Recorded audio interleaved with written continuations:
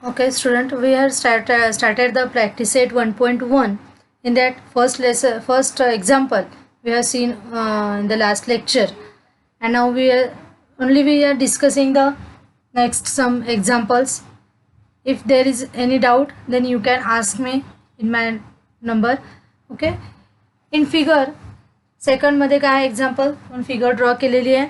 In figure BC is perpendicular.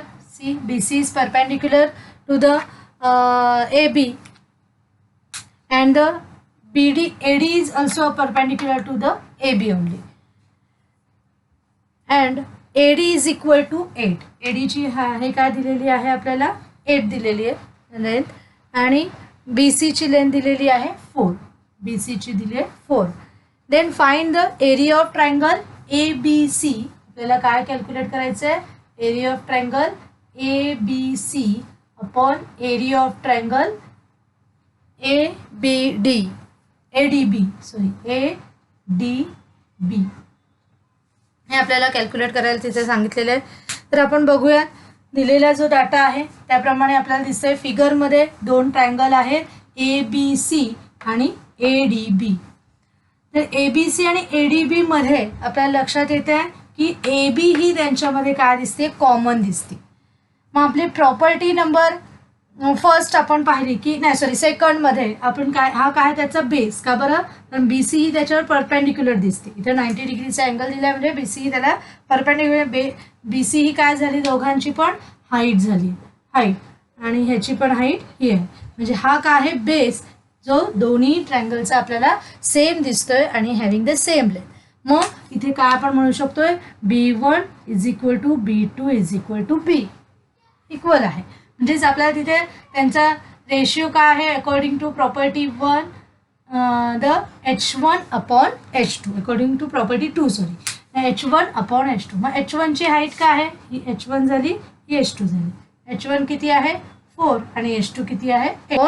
2. हे आपल्याला त्याचा रेशिओ मिळतो. अगदी सिंपल आहे. स्टेप बाय स्टेप सगळं लिहायचं आहे आपल्याला. ईच अँड एव्हरी काही एक्झाम्पल्स इथे सॉल्व करता येणार नाही आहे, त्याच्यामुळे आपण फक्त त्याचा पाहणार आहोत. जर असेल काही डाऊट तुम्ही मला विचारायचं आहे. तसंच थर्ड एक्झाम्पलचे आपण डायग्राम इथे बघतोय. In adjoining figure segment PS is perpendicular to RQ. PS is perpendicular to RQ. बघा RQ ही रे दाखवलेला आहे, तो एक्सटेंड करून त्याच्यावर PS ही काय आहे? आपण परपेंडिक्युलर आतल्या बाजूला PQR या ट्रायंगलमध्ये काय आहे? ही हाईट दिली आहे, पण PS सुद्धा एक हाईट दिली आहे की जी एक्सटर्नली हाईट आपण ड्रॉ केलेली आहे की ज्याला RQला रे आपण एक्सटेंड करून त्याच्यावर आपण हाईट ड्रॉ करू शकतो. ही सुद्धा त्या ट्रायंगलची हाईट होणार आहे.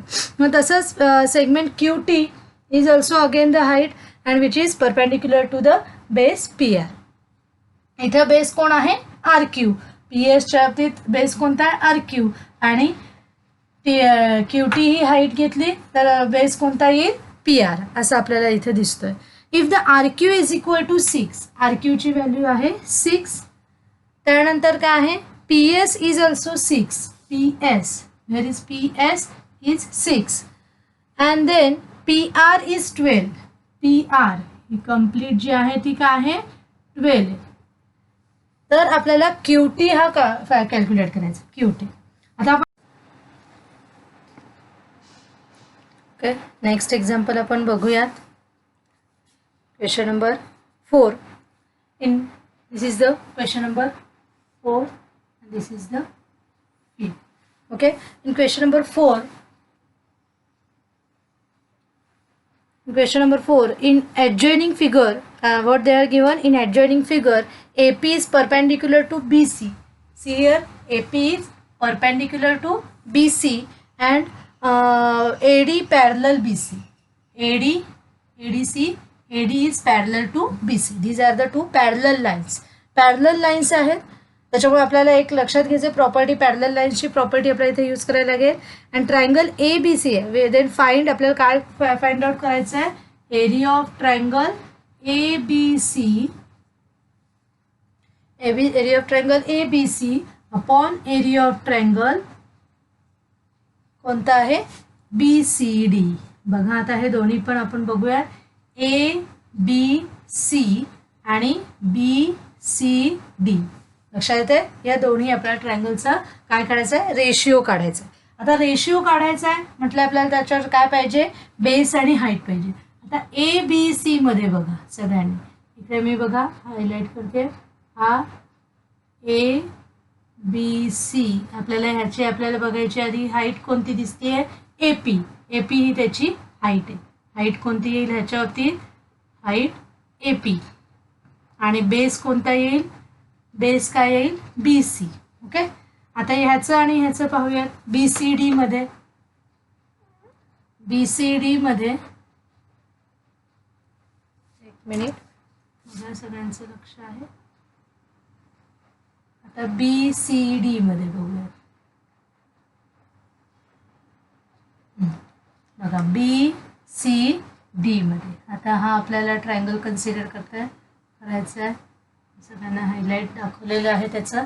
आता बी सी डी मध्ये हाईट कोणती आहे? बी सी डी मधली हाईट आपल्याला इथे दिलेली आहे का?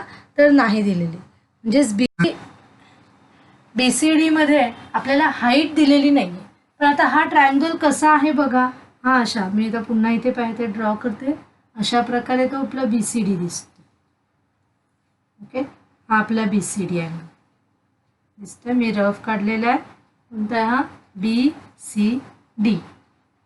आणि ही पॅरलल लाईन्स आहे. आपल्याला सांगितलेलं आहे हा ए डी आणि बी सी पॅरलल आहे. तर आपल्याला ह्याची हाईट काढायला खरं तर इकडे आपल्याला काय पाहिजे? परपेंडिक्युलर टाकायला. एक्सटर्नली आपण दाखवलं, एक्सटर्नली आपण त्याची हाईट ड्रॉ करू शकतो. आपण एक्झाम्पलमध्ये नंबर 3 मध्ये पाहिलं होतं तसं. पण इथं ही जी आहे, जर ह्याला आपण नाव दिले समजा डी सी ई काहीतरी असं, ई नाव दिली, डी ई आता त्याची हाईट. पण डी ईची पुन्हा आपल्याला लेंथ नाही. पण आपल्याला ए पी इकडं मध्येच दिलेलं आहे बघा. काय दिलेलं आहे? ए पी दिलेलं आहे. हा ए पी दिलेला दिसतोय सगळ्यांना इथे. हा ए पी ही हाईट दिलेली. म्हणजे आता डीई आणि ए पी हे काय आहे? ह्या पॅरलल लाईन्स मधले डिस्टन्सेस आहे. पॅरलल लाईन्स मधल्या इक्वल लेनच्या दोन साइड्स आहेत. कोणत्या आहेत? या बीई डीई आणि आपण म्हणू शकतो हा ए पी आहे. मग ए पी एवढीच डीई असणार आहे. मग आपण तिथे काय आहे? डीई आपण इथं कन्स्ट्रक्शन मधून काढून घेणार. ओके. आणि काय म्हणणार तिथे त्याला? D is the height of the angle B C D. कोणते आहे? Triangle B C D. मग ट्रायंगल बी सी डी मध्ये काय झाली? ही डीई ही हाईट झाली. आणि याची काय झालेली आहे? बेस काय आहे ह्याचा? बी सीच. दोघांचाही बेस बी सीच आहे. पण आता म्हणजेच इथे काय दिसून येते आपल्याला? दोघांचा बेस हा सेम आहे. बेस सेम असतो तेव्हा काय असतं? आपल्याला हाईट मधलं त्यांचं प्रपोर्शन दिसून येतं. मग हाईट मधलं प्रपोर्शन काय येईल त्यांचं? H1 अपॉन किंवा ए पी अपॉन काय येईल? DE. A P upon DE येईल. तरी पण ए पी आणि डीई हे काय आहे? द डिस्टन्स पॅरलल लाईन्स मधलं डिस्टन्स आहे. मग आपण काय म्हणू शकतो? The distance between two parallel lines is always similar, is always equal. हे आपल्याला तिथे लिहायचं आहे. डिस्टन्स बिटवीन काय आहे? Two parallel lines is always equal. Therefore we can say A P is equal to DE. Therefore here we get the ratio as 1/1. 1/1. Therefore we can say, आणि B C तर नाहीच आहे. म्हणजे आपल्याला ह्याचा ratio काय मिळाला आहे? 1:1. अशा प्रकारे आपल्याला याचं आन्सर कॅल्क्युलेट करायचं आहे. स्टेप बाय स्टेप सगळ्या लिहायच्या आहेत. इथे आपण रफली बघत आहोत फक्त. त्यानंतर आपल्याला सेकंड ह्याच्यामध्ये पाहायचं आहे. 5th example. In adjoining figure आपण आपल्या समोर आहे. A D perpendicular B C. A D बघा दिसते बी सीला perpendicular. Then find the following ratios. मग फॉलोइंग रेशियोज कोणते सांगितलेले आहेत? एरिया ऑफ ट्रायंगल काय काय दिलेलं आहे बघा. Area of triangle P Q R upon P Q B upon area of triangle P B C. काय दिलेलं आहे? P B C. आता पी क्यू बी कुठे दिसतोय बघा. इथे आपल्याला एक लिहायचं राहिलं मला वाटतं. पी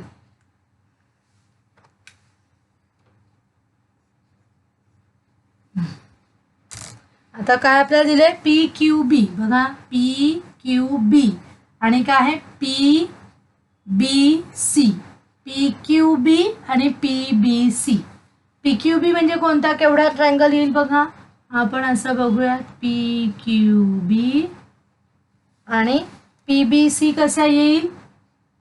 तुम्ही करायचं नाही हे डायग्राम मध्ये आपण हे जस्ट पटकन आपल्याला गेस व्हावं. तुम्ही रफ फिगर काढून करू शकता पण इथे आपल्याला मेन फिगर मध्ये काही करायचं नाहीये. मग PQB मध्ये आपल्याला कोणता PQB मध्ये हाईट कोणती बेस कोणता दिसतोय BQ